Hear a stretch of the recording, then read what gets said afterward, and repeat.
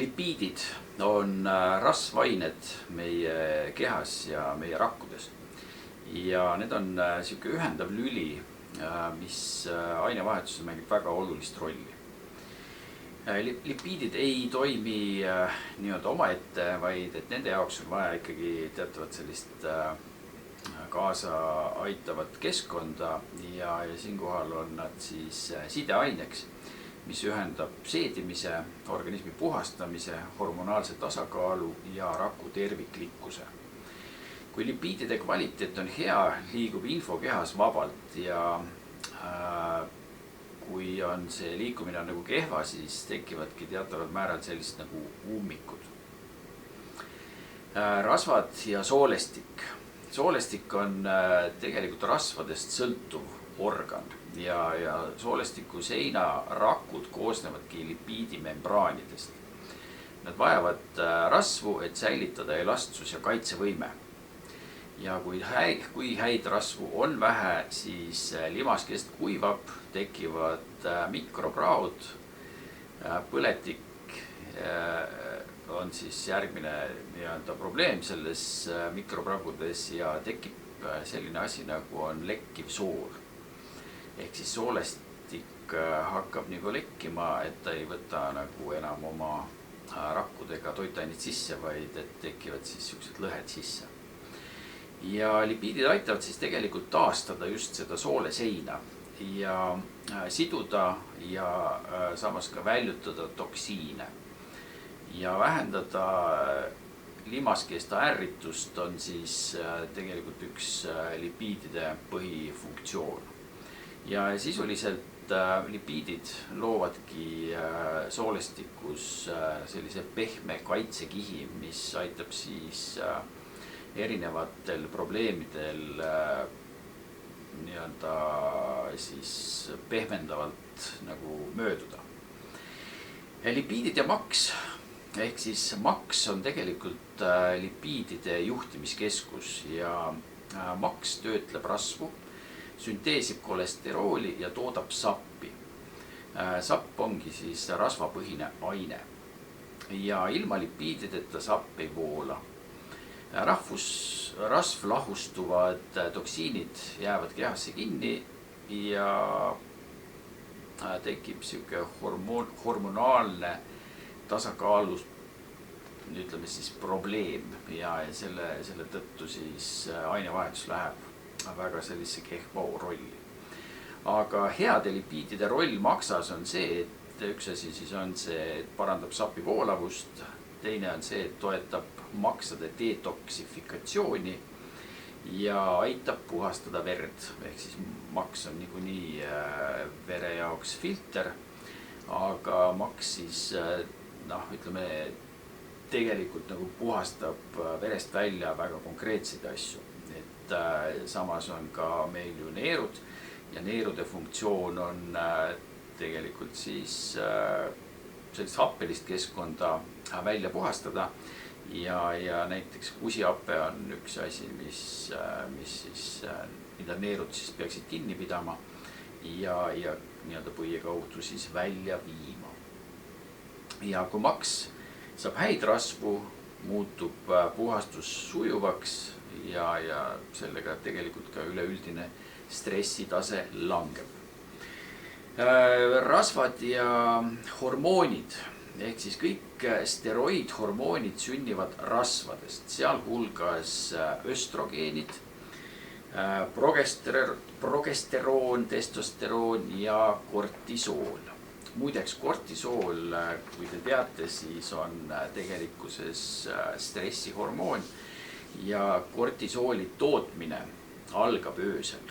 Ehk siis kui te ei lähe kella 11:30 ei ole magama läinud, siis keha hakkab tootma kortisooli.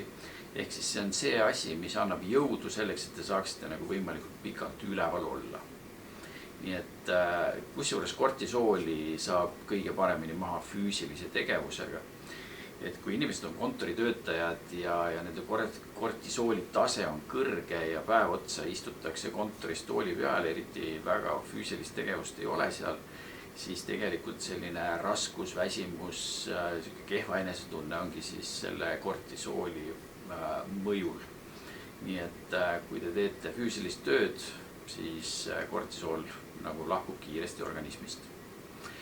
Hormoonid ei teki valgust ega suhkrust, vaid just lipiididest ja kolesteroolist.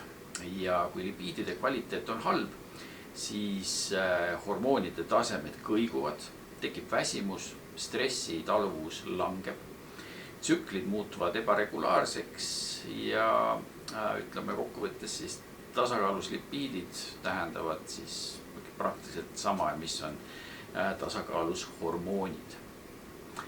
Ja kuidas see protsess tegelikult siis organismis üldse nagu toimib ja kuidas see välja näeb.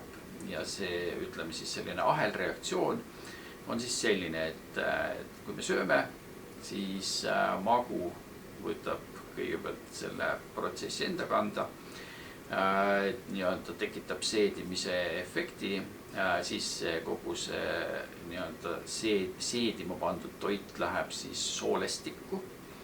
Soolestikust imendub kogu see nii-öelda seeditud toit siis maksa ehk siis ja maksas hakatakse tootma siis hormoone ja sealt siis need hormoonid viiakse rakkudeni nii-öelda välja. Ehk siis soolestik imab rasvasid, maks töötleb ja jaotab keha peale need laiali.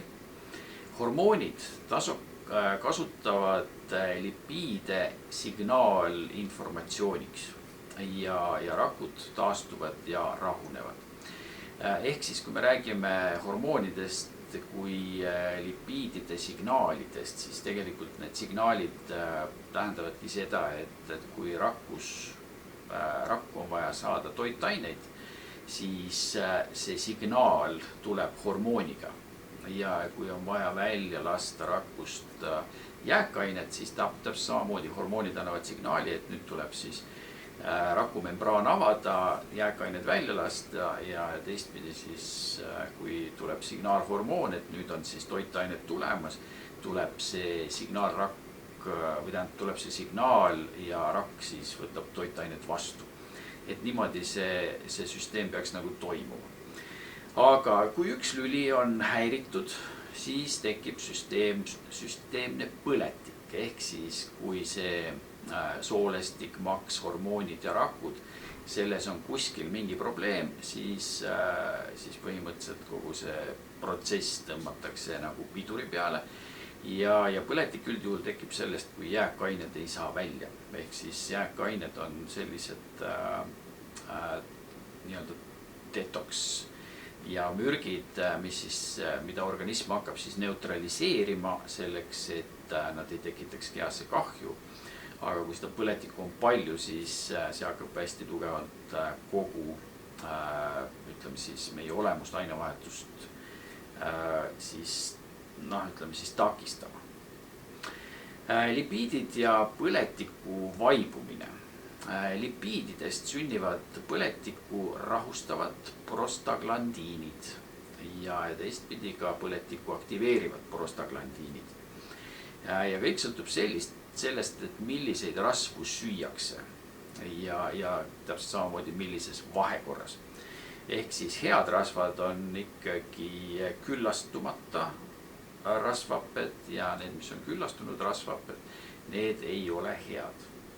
Ja põletik ei ole siinkohal mitte vaenlane, vaid vale rasvasüsteemi tulemus. Ehk siis, et kui meil on nende rasvadega kehas on probleemid, ehk kui meil on palju polüküllastamata rasvhappeid või polüküllastatud rasvhappeid, siis organism hakkab sõna otseses mõttes streikima.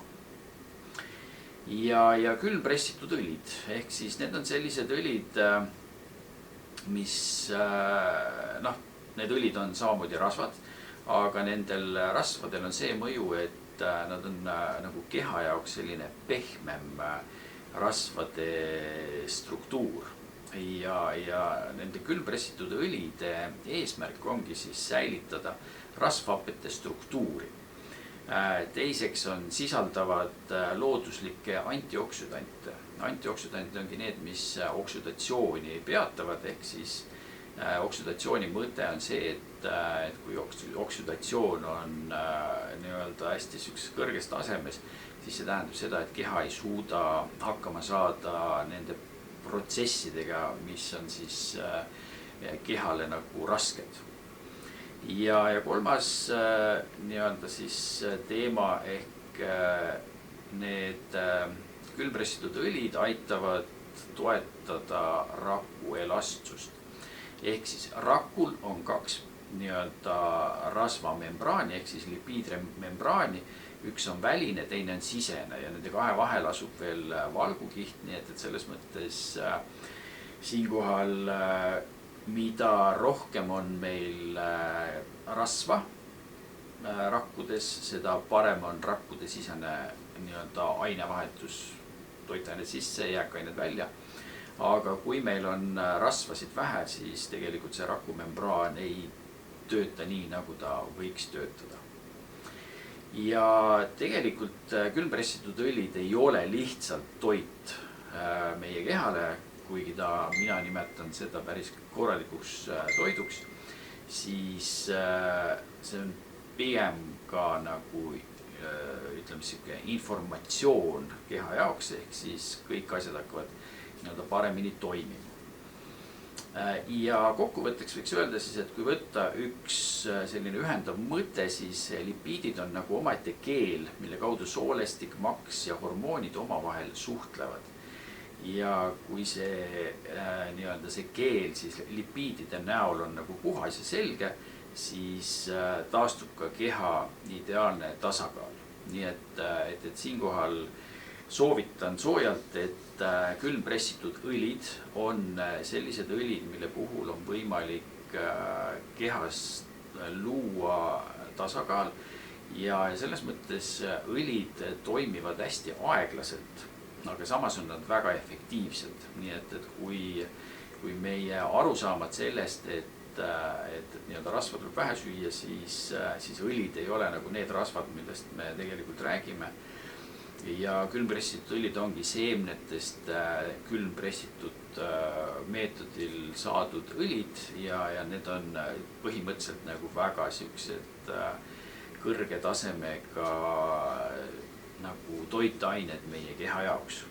Nii et kellel on huvi, siis aeg-ajalt teen nii-öelda Tallinnas ja ka nagu üle Eesti selliseid ütleme siis nagu loenguid külmpressitud õlide teemadel ja kellel siis soovi on, siis on võimalik ka nagu osta Türgist väga kõrge kvaliteediga toodud nii-öelda külmpressitud õlisid ja üks hästi oluline nii-öelda õli, mille peale ma tegelikult nagu ütleme siis nagu väga suure lootuse olen pannud, on siis 4 õlisegu. Seal on siis chia seemneõli, linaseemneõli, musta köömneõli ja safloorõli. Ja see on selline õli, mis nii-öelda mõjutab väga palju asju meie organismis, mille tõttu siis tegelikult meie keha hakkab nagu toimima oluliselt paremini. Ja ma ütlen siis, et kuskil pool aastat olen ma ise seda juba tarbinud ja ma ütlen, et kaal hakkab langema. See ongi tegelikult siuke vormiv nii-öelda õli ja sellega kaasneb selline ainevahetuse hoopis teise võtmesse nagu liikumine. Nii et inimesed, kes on siis nagu minu käest ka seda õli nii-öelda ostnud, siis ütlevad, et see tõesti teeb imesid. Ja nad ütlevadki, et süüa enam ei taha nii palju, energiat on rohkem ja riided muutuvad natuke liiga suureks.